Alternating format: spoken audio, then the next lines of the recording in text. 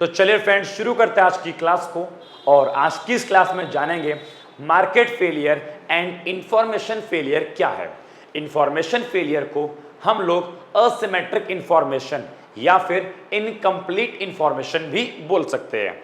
अब जरा समझो, असिमेट्रिक इंफॉर्मेशन, इनकम्प्लीट इंफॉर्मेशन या फिर इंफॉर्मेशन फेलियर की वजह से मार्केट फेलियर कैसे होता है।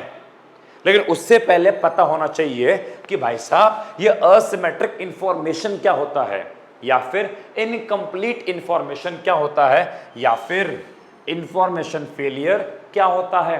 पेपर में कोई भी नाम आ जाएगा तो फेल मत जाना, इन तीनों का मतलब सेम होता है। अब वैसे तो असिमेट्रिक इंफॉर्मेशन का मतलब आपको पता होना चाहिए, क्योंकि पिछले सेमेस्टर में ही मैंने आपको असिमेट्रिक इंफॉर्मेशन के ऊपर पूरी क्लास दी थी, तो पता होना चाहिए। बट डोंट वरी, अगर नहीं पता तो मैं आपको अगेन बता रहा हूं। असिमेट्रिक इंफॉर्मेशन या फिर इनकम्प्लीट इंफॉर्मेशन, इनकम्प्लीट नाम में आंसर है इसका, इनकम्प्लीट इंफॉर्मेशन। जब इंफॉर्मेशन इनकम्प्लीट हो, कंप्लीट नहीं है, अधूरी है। यस, सही पकड़े। दो लोग, एग्जाम्पल समझना, दो लोग किसी ट्रांजैक्शन में आ रहे हैं, किसी लेन देन में आ रहे हैं, कोई डील कर रहा है, कोई एग्रीमेंट कर रहे हैं। और इस डील में, एग्रीमेंट में, ट्रांजैक्शन में जो पहली पार्टी है उस पार्टी को ज़्यादा इंफॉर्मेशन है, ज़्यादा एक्यूरेट इंफॉर्मेशन है, उसको ज़्यादा नॉलेज है इस डील की, इस ट्रांजैक्शन की, इस एग्रीमेंट की। जबकि सामने वाले पार्टी को इस एग्रीमेंट की, इस डील की, इस ट्रांजैक्शन की ज़्यादा नॉलेज नहीं है।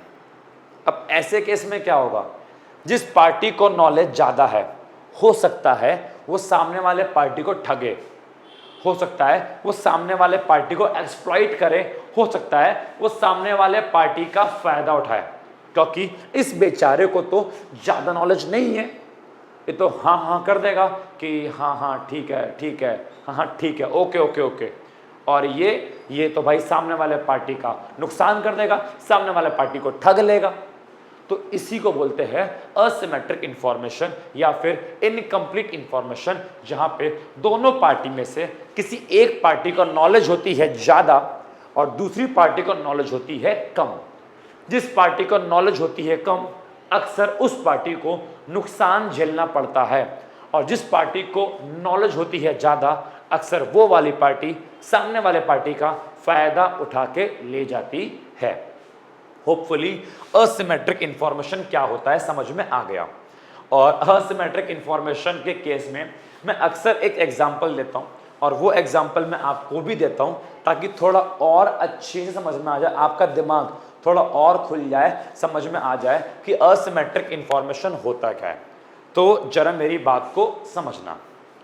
शादी, हाँ शादी, यस, हाँ तुम्हारी भी होगी, सब्र करो, पहले अच्छी नौकरी करो, छोकरी ढूंढो, तब तुम्हारी शादी हो जाएगी। अभी फिलहाल मेरी शादी की बात कर लो। तो मान लो मेरा मेरी गर्लफ्रेंड से, मानने को बोले, बस मानना है, एक्चुअल में कुछ हुआ नहीं है बेटा, मान लो मेरा मेरी गर्लफ्रेंड से ब्रेकअप हो गया। So sad. अब मेरा मेरी गर्लफ्रेंड से ब्रेकअप हो गया, बिल्कुल तगड़ा वाला ब्रेकअप हो गया, और अब मेरे घर वाले मुझे प्रेशराइज कर रहे हैं कि भाई तू अरेंज मैरिज कर, तू शादी कर, तू शादी कर। और मैंने भी दुखी तो था ही, मैंने भी घर वालों से बोल दिया ठीक है मेरी शादी करवा दो। मैं अपने गर्लफ्रेंड के गम में दुखी हूँ और मैंने अरेंज मैरिज के लिए हाँ बोल दिया। अब मेरे घर वालों ने मेरे लिए एक लड़की ढूंढी। अब मुझे क्या उस लड़की की जिससे मेरी अरेंज मैरिज हो रही है, क्या मुझे उस लड़की के बारे में फुल नॉलेज होगी? नहीं होगी। क्या सारी बातें पता होगी? नहीं पता होगी। उसकी क्या हैबिट है, उसकी क्या हरकतें हैं, उसे क्या पसंद है, क्या पसंद नहीं है, मेरे को कुछ भी नहीं पता भाई, मेरी अरेंज मैरिज है। हाँ, अगर मेरी गर्लफ्रेंड से मेरी शादी हो रही होती, अगर मेरी लव मैरिज हो रही होती, तो भाई साहब मेरे को फुल नॉलेज होती, बल्कि इवन मुझे मेरी गर्लफ्रेंड से भी ज़्यादा पता होता उसके बारे में, है कि नहीं है? वहाँ तो मेरे को फुल नॉलेज होती। लेकिन अरेंज मैरिज वाले केस में मेरे को फुल नॉलेज नहीं है, और मान लो मेरी शादी हो गई, ठीक है, स्टार्टिंग में तो मेरे को अच्छी लगी, शादी के 2 हफ्ते 3 हफ्ते उसने मेरी सेवा करी, मेरे को अच्छी लगी। लेकिन जैसे ही थोड़ा समय बीता, भाई मेरे को समझ में आ गया कि मैंने किस बवाल से शादी कर ली। भाई मेरे को समझ में आ गया कि वो लड़की है क्या, उसकी क्या हैबिट है, क्या हरकत है, भाई समझ में आ गई, और अब मैं अपने कान जोड़ रहा हूँ कि भाई प्लीज़ मुझे माफ़ कर दे। तो यहाँ पे क्या था, इनकम्प्लीट इन्फॉर्मेशन थी, अधूरी इन्फॉर्मेशन थी, जिसकी वजह से अब मेरे को ट्रांजैक्शन में आने के बाद प्रॉब्लम फेस करनी पड़ रही है। और इस चीज़ को हम लोग क्या बोलते हैं, असिमेट्रिक इन्फॉर्मेशन या फिर इनकम्प्लीट इन्फॉर्मेशन। अब इस केस में मार्केट फेलियर कैसे होगा, तो मार्केट फेलियर का यहां पे समझो इस केस में मतलब क्या है भाई। मार्केट फेलियर का यहां पर मतलब है कि आप उस ट्रांजैक्शन में सफल नहीं हो पाए, आप उस ट्रांजैक्शन को अच्छी जगह, मतलब आप उस ट्रांजैक्शन में फेल हो गए।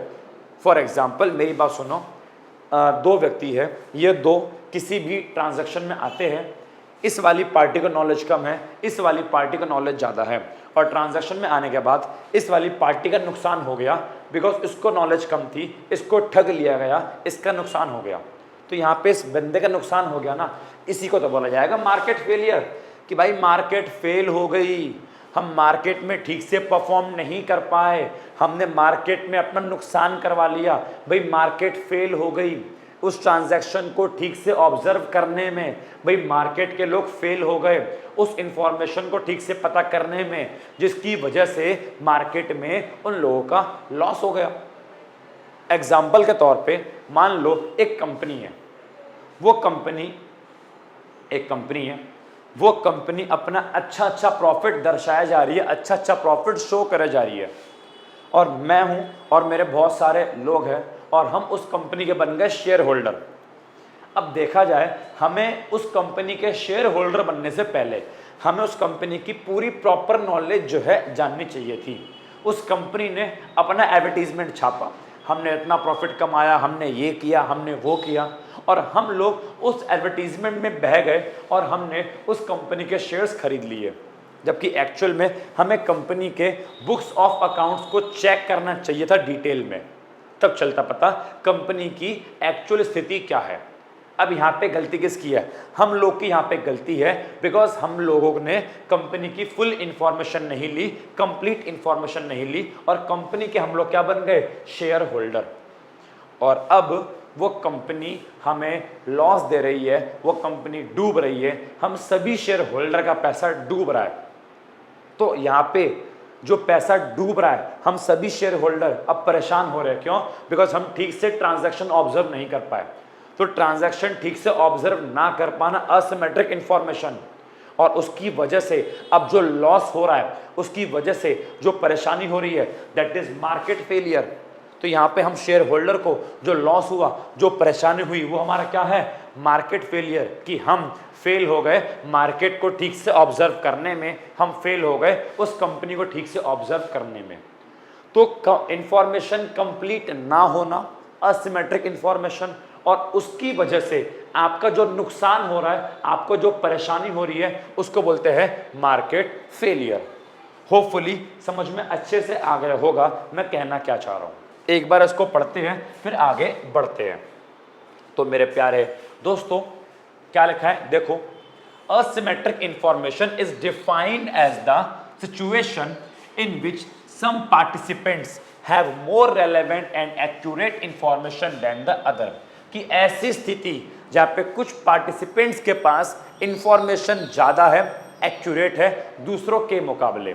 इन अदर वर्ड्स, अन्य शब्दों में क्या पता, जो बायर है, जो वस्तु खरीद रहा है, उसको नॉलेज ज्यादा हो देन द सेलर, एवर हो सकता है जो सेलर है, जो माल बेच रहा है, उसको नॉलेज ज्यादा हो देन द बायर।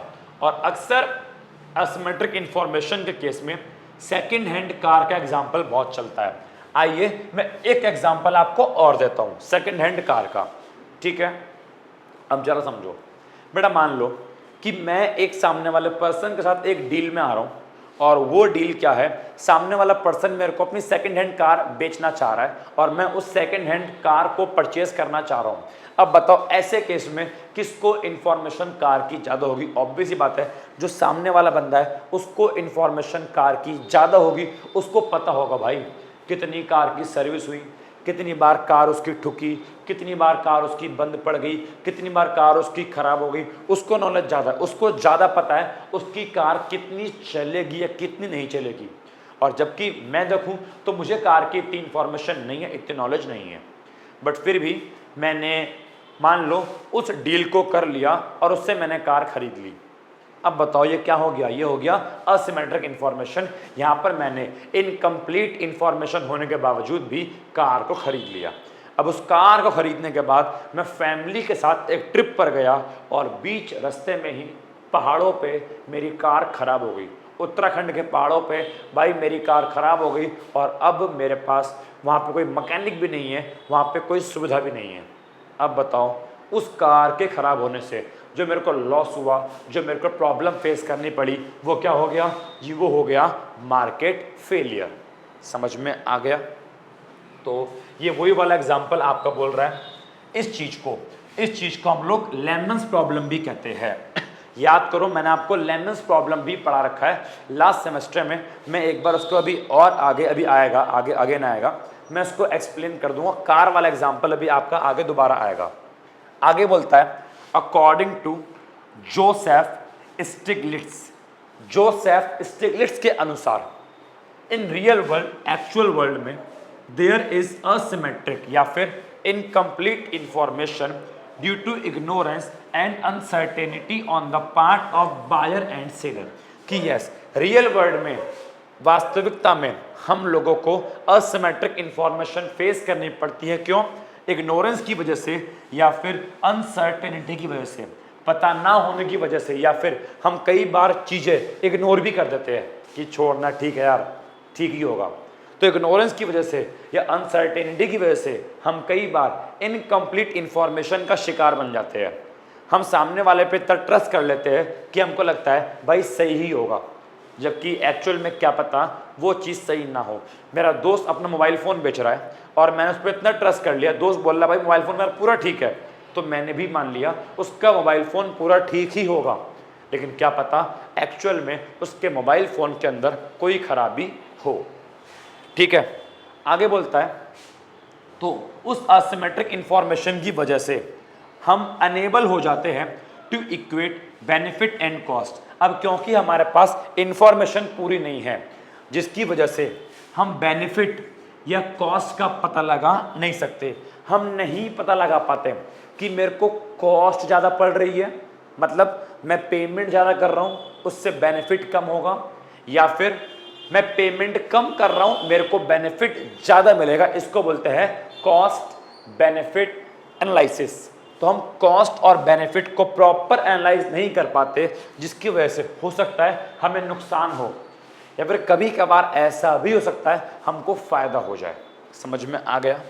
और इसी की वजह से, क्योंकि हम कॉस्ट को और बेनिफिट को ठीक से पता नहीं लगा पाए, और इसी की वजह से क्या होता है, मार्केट फेलियर हो जाता है, मार्केट फेल हो जाती है।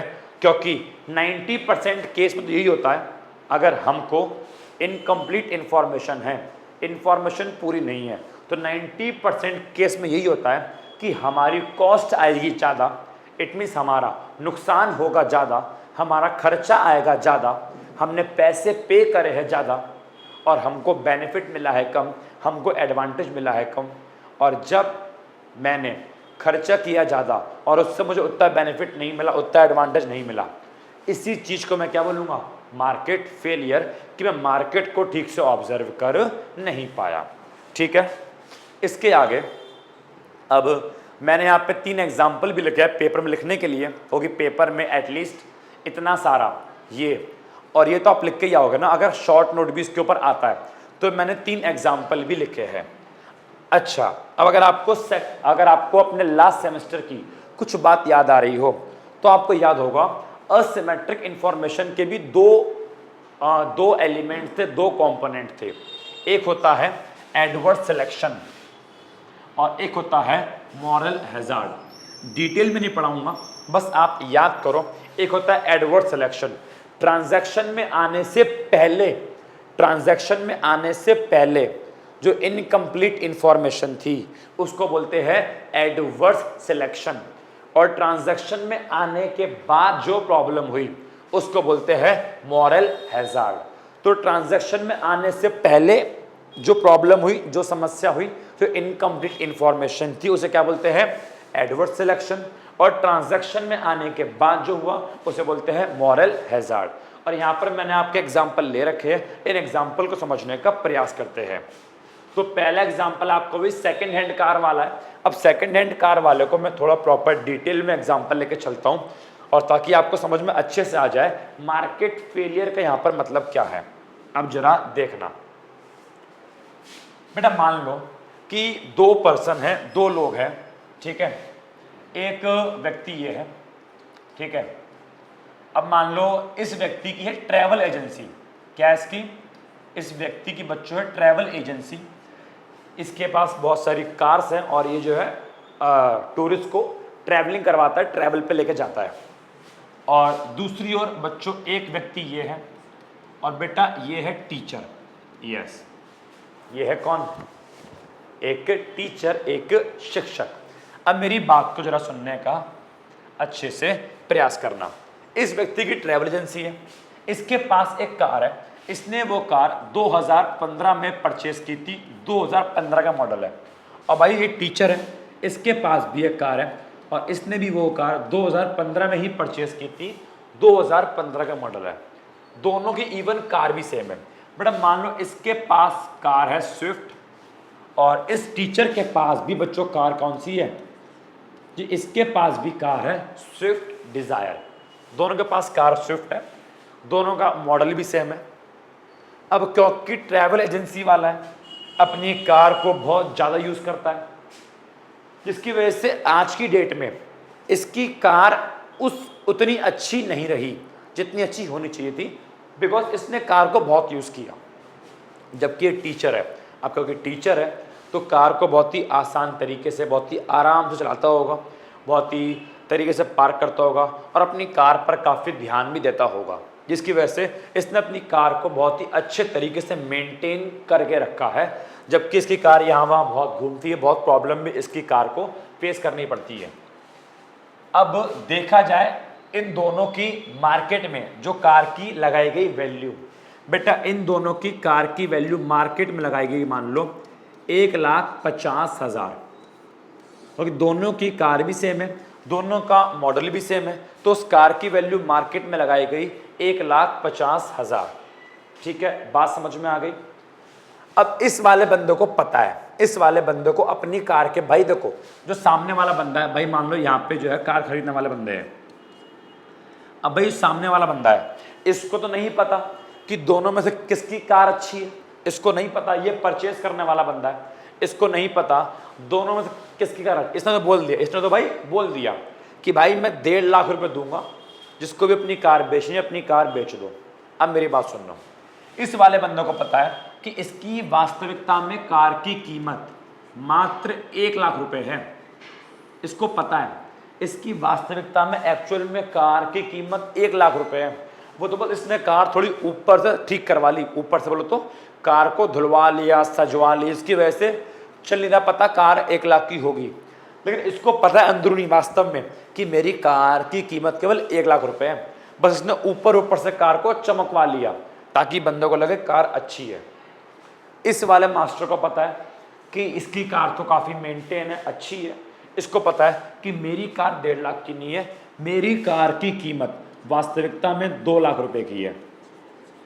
इसको पता है कि मेरी कार की कीमत, उसकी वैल्यू 2 लाख रुपए की है, मेरी कार एकदम परफेक्ट है, आज बिल्कुल स्मूथ चलती है। और इसको पता है मैं अपनी कार बहुत दौड़ाई है, बहुत कार मैंने यहाँ वहाँ घुमाई है, इसकी वैल्यू केवल 1 लाख रुपए बची है। अब ऐसे केस में क्या होगा? ये क्या बोल रहा है भाई मैं 1.5 लाख रुपए दूंगा। अब ऐसे केस में क्या होगा? ऐसे केस में ये तो खुशी खुशी रेडी हो जाएगा और बोलेगा लो जी लो, मेरी कार खरीद लो और मेरे को जो है 1.5 लाख रुपए दे दो। जबकि ये क्या होगा? ये मार्केट से बाहर चला जाएगा, ये मार्केट से एग्जिट मार जाएगा। क्यों? इसको पता है 2 लाख की मेरी कीमत, 1.5 लाख मेरे को मिल रहा है, ये मेरे लिए सही वैल्यू नहीं है। अब ऐसे केस में क्या हुआ? ऐसे केस में केवल वही कार मार्केट में सेल होने के लिए आएगी जो खराब है। ये वाली कार कैसी है? बैड कंडीशन, बेकार। ये वाली कार कैसी है? गुड कंडीशन, अच्छी कार है। लेकिन क्या हुआ? मार्केट से अच्छी कार चली गई, क्यों?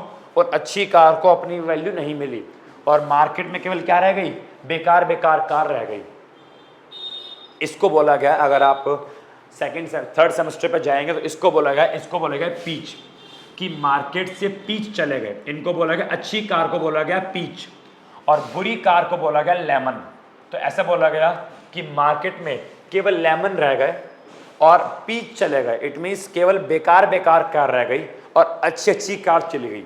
अब बताओ, जब मार्केट में केवल बेकार बेकार कार रह गई और अब लोग बेकार बेकार कार खरीदेंगे तो क्या मार्केट के लिए अच्छी बात है? जी नहीं, मार्केट के लिए ये अच्छी बात नहीं है। और तभी तो क्या बोला गया? मार्केट फेलियर, कि मार्केट फेल हो गई, मार्केट में अच्छी अच्छी कार नहीं रही, मार्केट में केवल बेकार बेकार कार आ गई, मार्केट फेलियर हो गया, मार्केट फेल हो गई। क्यों? अच्छी अच्छी कार जो है मार्केट से चली गई, उन लोगों ने अपनी कार्स को नहीं बेचा। तो होपफुली समझ में आ गया कि यहाँ पे मार्केट फेलियर कैसे हुआ।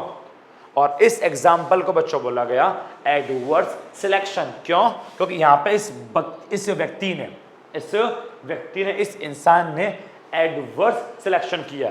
एडवर्स माने बेकार, सिलेक्शन माने चूज करना। इस व्यक्ति ने दोनों में से बेकार कार को चूज किया। इसका सिलेक्शन एडवर्स था, इसका सिलेक्शन बेकार था। इसने इस कार को चुना सस्ता देख के।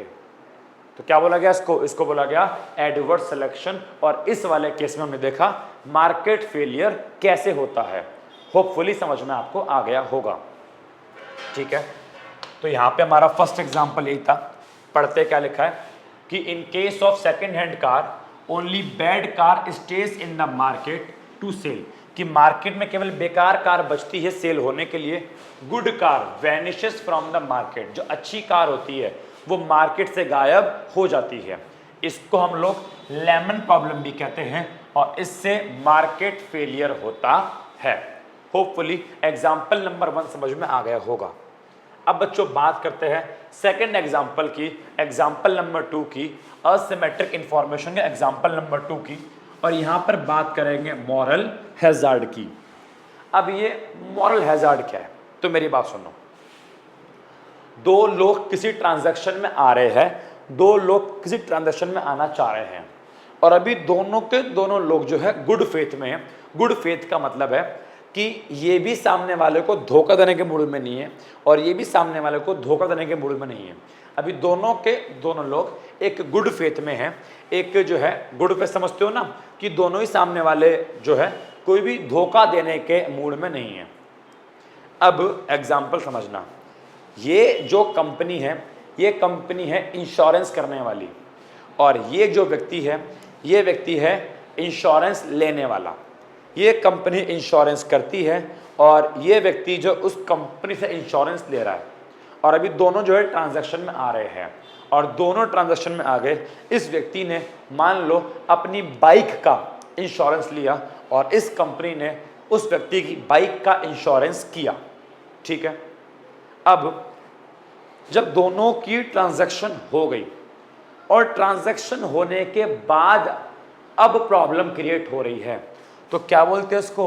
Moral hazard. याद करो मैंने पहले ही कहा था, ट्रांजैक्शन से पहले एडवर्स सिलेक्शन और ट्रांजैक्शन के बाद मॉरल हैजार्ड। अब ये दोनों ने ट्रांजैक्शन कर ली, अब डील कर ली।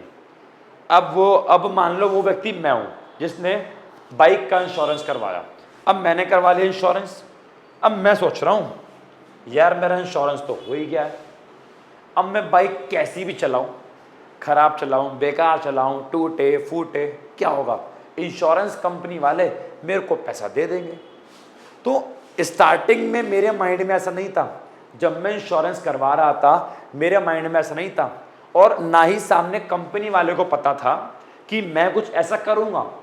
कंपनी वाले को भाई मेरे बारे में फुल इंफॉर्मेशन नहीं थी।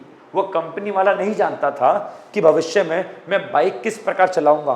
कंपनी वाला नहीं जानता था मैं बाइक की केयर करूंगा। अगर मान लो कंपनी वाले को पता होता कि इंश्योरेंस लेने के बाद ये बंदा बाइक बेकार चलाएगा, ये बंदा बाइक को खराब चलाएगा, ये बंदा जो है इस बाइक को इसकी केयर नहीं करेगा, तो क्या इंश्योरेंस कंपनी वाली कभी मुझे इंश्योरेंस देती? नहीं देती। उनको पता है इसको इंश्योरेंस दूंगी, ये पक्का बाइक को ठोक ठाक के 100% क्लेम मांगने आएगा। इंश्योरेंस कंपनी वाली क्लेम नहीं देती, लेकिन इंश्योरेंस कंपनी वालों को मेरी फुल इंफॉर्मेशन नहीं थी। ट्रांजैक्शन हो गई, और ट्रांजैक्शन होने के बाद अब मैं बाइक को काफ़ी बेकार तरीके चला रहा हूँ। बाइक को यहाँ ठोक दी, वहाँ ठोक दी, बिना लॉक करे बाइक को घर के बाहर खड़ी कर रहा हूँ। अब बताओ ऐसे केस में अगर मान लो मेरी बाइक वगैरह चोरी होती है, कुछ भी होता है, तो इंश्योरेंस कंपनी को लॉस है कि नहीं है? उनको लॉस है, उनको मुझे क्लेम देना पड़ेगा।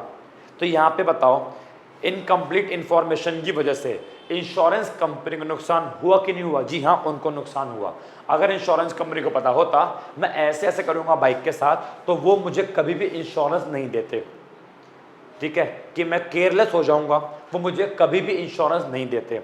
लेकिन उनको मेरी इंफॉर्मेशन नहीं थी कि मैं बाइक के किस प्रकार ध्यान रखूंगा, और इन्होंने गुड फेथ में आके मेरे को जो है इंश्योरेंस दे दिया, और अब मेरी बाइक उड़ गई, चोरी हो गई, और अब इंश्योरेंस कंपनी वालों को नुकसान हो गया। अब उन्हें क्लेम भरना पड़ रहा है। अब इंश्योरेंस कंपनी वाले जो है परेशान हो गए। तो यहाँ भी अगेन एक बार क्या हो गया? Market failure. क्योंकि यहाँ पे भी एक बार इंश्योरेंस कंपनी सही पर्सन ऑब्जर्व करने में फेल हो गई, इंश्योरेंस कंपनी को नुकसान हो गया, और इसी को हम लोगों ने क्या बोला? Market failure. Hopefully second example भी समझ में आ गया होगा। ये एग्जांपल किसका है? मॉरल हैजार्ड का। ठीक है, पढ़ते क्या लिखा है। Another example of asymmetric information is about insurance. When insuring a good, जब कोई वस्तु हम इंश्योर करते हैं, द इंश्योरर, इंश्योरेंस करने वाला मतलब company, is uncertain how well the customer will look after a piece of property. Insurance करने वालों को पता नहीं होता कि कस्टमर किस तरीके से, पीस ऑफ प्रॉपर्टी का मतलब अपनी वस्तु का, कि कस्टमर किस तरीके से अपनी वस्तु का ध्यान रखेगा। अगर कंपनी वालों को पता है कि सामने वाला बंदा ठीक से वस्तु का ध्यान नहीं रखेगा, तो कंपनी कभी भी इंश्योरेंस नहीं देगी। लेकिन अनफॉर्चुनेटली कंपनी वालों को पता नहीं होता कि सामने वाला पर्सन किस तरीके से अपनी वस्तु का ध्यान रखेगा, और कंपनी वाला इंश्योरेंस दे देते हैं, जिसकी वजह से बहुत बार कंपनी वालों को लॉस भी झेलना पड़ता है। एग्जाम्पल के तौर पे, if a customer was careless with locking his bike. अब एक कस्टमर है, वो बहुत केयरलेस, अपनी बाइक को लॉक ही नहीं करता है, बिना लॉक करे रात को घर के बाहर बाइक लगा दी, तो इस केस में क्या होगा? अब ये इंश्योरेंस कंपनी वालों को पता है कि ये कस्टमर ऐसा है, तो उस केस में क्या होगा? The insurer would not want to insure it. जो इंश्योरर है वो उसका इंश्योरेंस नहीं करना चाहेगा। और अगेन हमने देखा किस प्रकार यहाँ पे मार्केट फेलियर हुआ। तो होपफुली सेकंड एग्जाम्पल भी आपको समझ में आ गया होगा। और ये आपका थर्ड एग्जाम्पल है, और ये थर्ड एग्जाम्पल हमारा वही वाला एग्जाम्पल है जो भी हमने एग्जाम्पल लिया था शेयर मार्केट का, शेयर होल्डर्स का। इस एग्जाम्पल को भी एक बार देखते हैं। यहाँ पे लिखा है, a marketing signal often conveys information regarding product quality. एक शब्द आया मार्केटिंग सिग्नल। मेरी बात सुनो, मार्केटिंग सिग्नल का मतलब क्या होता है? जब हम किसी भी वस्तु के बारे में इंफॉर्मेशन फैलाते हैं, किसी भी वस्तु के बारे में इंफॉर्मेशन मार्केट में फैलाते हैं, उसको बोलते हैं मार्केटिंग सिग्नल।